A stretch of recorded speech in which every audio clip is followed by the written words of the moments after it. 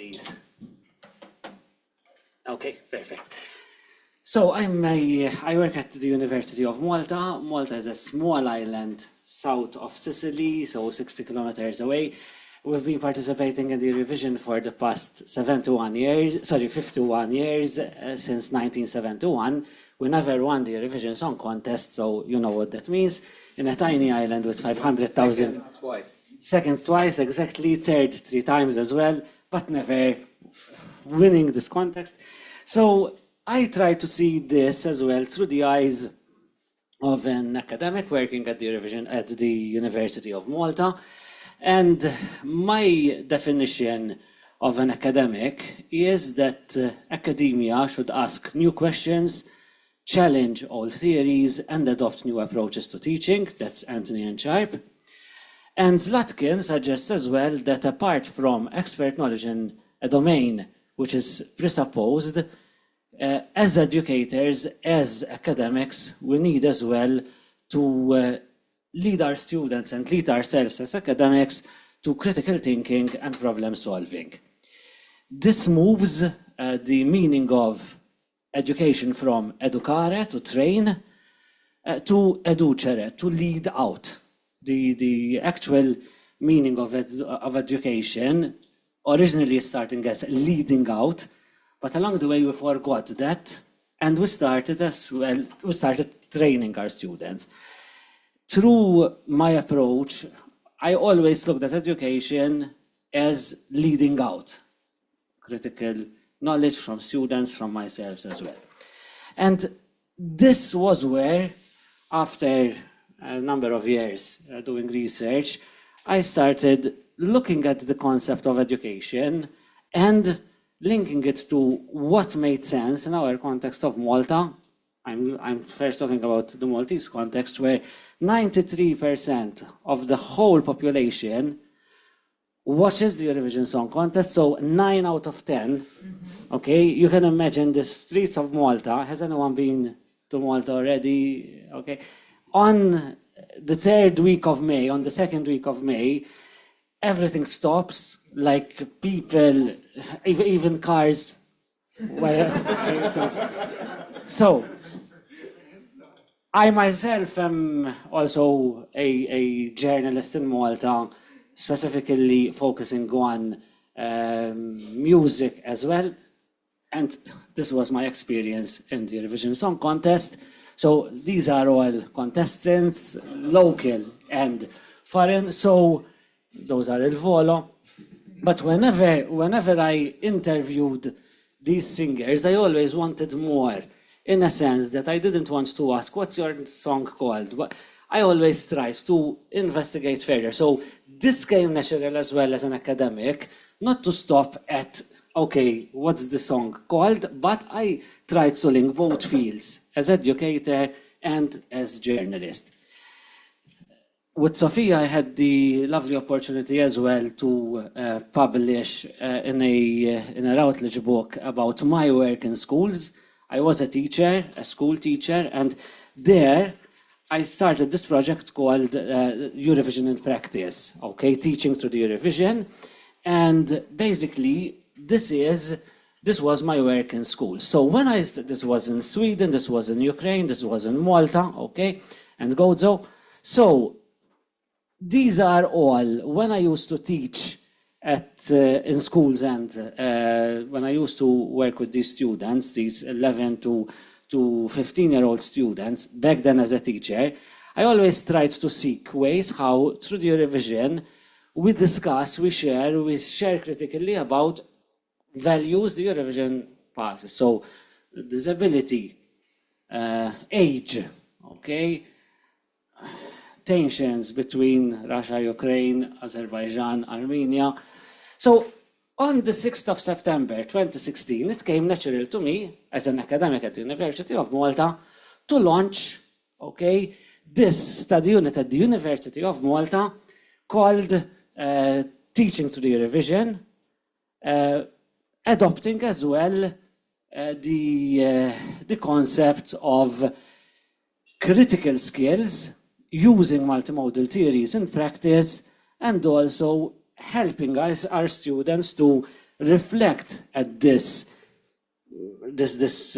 context in a way how they can use it not only while teaching but also when reflecting critically about their lives. Couple of minutes after this was launched, the reaction in the media was literally all over the island. Imagine I'm sitting in my office, this news came out, and I'm just showing you some of the reactions, okay? So, Ira Losco helped us classify second in 2002, as this gentleman said. So, this is a Facebook comment from one of the the most renowned critics of music in Malta. This was, maybe if we can that one be a bit, because the title is... No, it's not the French, not French. Just exactly, very good, thank you. Okay, so this is Times of Malta, which is the most read, okay, the most read paper in Malta.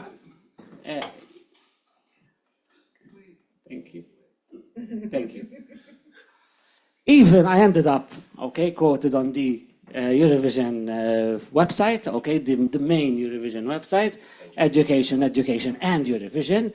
And to be quite fair, there, okay, they started telling people, listen, even elsewhere in the world, okay, this is already being done. So, and this was what made me ask. Then I started getting interviews. I became famous for a minute, okay, but that's okay. So, what this led me to, I collected all that data, I analyzed it thematically, using as well multimodal theories. This is Gunter Kress, who sadly passed away 3 years ago. While I was studying at the Institute of Education in London, I met this theory of multimodality, and there you can see me many years ago, not years ago, but many years ago. So with Gunter Kress, and when I analyzed the results which came out after collecting most of the reactions found on Facebook, on the newspapers, and also interviewing people in Malta about their reactions, because I was critical about what I did myself, because that was the main aim, okay? And 4 results come out. First and foremost, the analyzed data indicates that the general Maltese public still tends to look only at tertiary institutions as vehicles of content that prepare students to be successful in obtaining sound money-making, job-oriented opportunities. Many comments started saying, but where can the Eurovision Song Contest lead you to? What can you work with? And that already shows something which, I mean, we were missing the point. Because yes, there are, this media event can eventually lead students, lead elsewhere. A second result is, results also tend to manifest that for the general public, a popular text such as the Eurovision Song Contest, viewed annually by around 200 million viewers, and 95% of the whole population, should be kept out of tertiary education. Their reaction, their consistent reaction, no, we'll learn about engineering, we'll learn about teaching, we'll learn about, but not about or through the Eurovision, okay? Thirdly, they kept comparing with other universities, what other universities do abroad, missing the point that yes, even abroad, maybe some people sitting here, even abroad, people, not in Malta, people do their PhDs about Eurovision Song Contest and its implications, Why? Because we were only the Maltese general public was only seeing this Eurovision Song Contest as a feast of clothes, music, but stopping there, not focusing on the rest. Similarly, when analyzing the social background of them and demographics of those who commented on Facebook and the rest, this appears to be a mentality shared across generations, not only by the older generation, but also by the younger generation. What can we learn from the Eurovision Song Contest? A conclusion, a set of suggestions. First and foremost, my suggestion after analyzing all this in brief, because I don't have all the time, a wider definition of education is required. Moving away as well from, okay, just what is seen on stage, but also what message is conveyed. Secondly, a wider definition of text and critical is required, especially in today's world where Malta and elsewhere is not only made up of Maltese people, but we have as well, for our population in the past 10 years grew from 400,000 people to around 550,000 people, including people with migratory backgrounds. So if we're seeing Lena, for example, okay, Lena, through this study unit, which we do, okay, we also analyze, I was sitting there for this presentation before, even stereotypes about Germany, for example, stereotypes about German. Lena is not, if I had to, my PhD focused on the perceptions of Maltese students, how they look at people in Germany, because I teach German in Malta. And all of them said they are blonde, long, tall, handsome. Lena was not blonde, was not tall, was not. So these stereotypes. Sorry? She's very handsome. No, I didn't say she's not handsome. She's not tall, I said. Okay. So, no, but it's a perception of them handsome. She's also very German. She's a good German in that sense. What I discuss there is keep away stereotypes. It's okay to essentialize, but be fair. And this is what we need to go through. Disabilities, but disability is not only the most visible, which are important to create, but even, for example, other less hidden and silent disabilities, such as bipolar, for example. Okay? In the concept of today's AI, Eurovision was already talking about AI in 2018. Okay? When a group of scientists used an AI program to create 19 in Israel, yeah. Exactly. Okay? When they created a winning song, the formula for winning song through AI. Okay? So this is Malta, and the final conclusion is Malta should stop thinking of what others do. Indeed, there are a number of others who do have similar study units. Other academics were in resonance with the idea, others should reevaluate. So instead of, this is Matt Black, who in Malta got second place last year because he went on stage with his nightgown and with his flute and playing with a banana in his hand. That is not what critical means.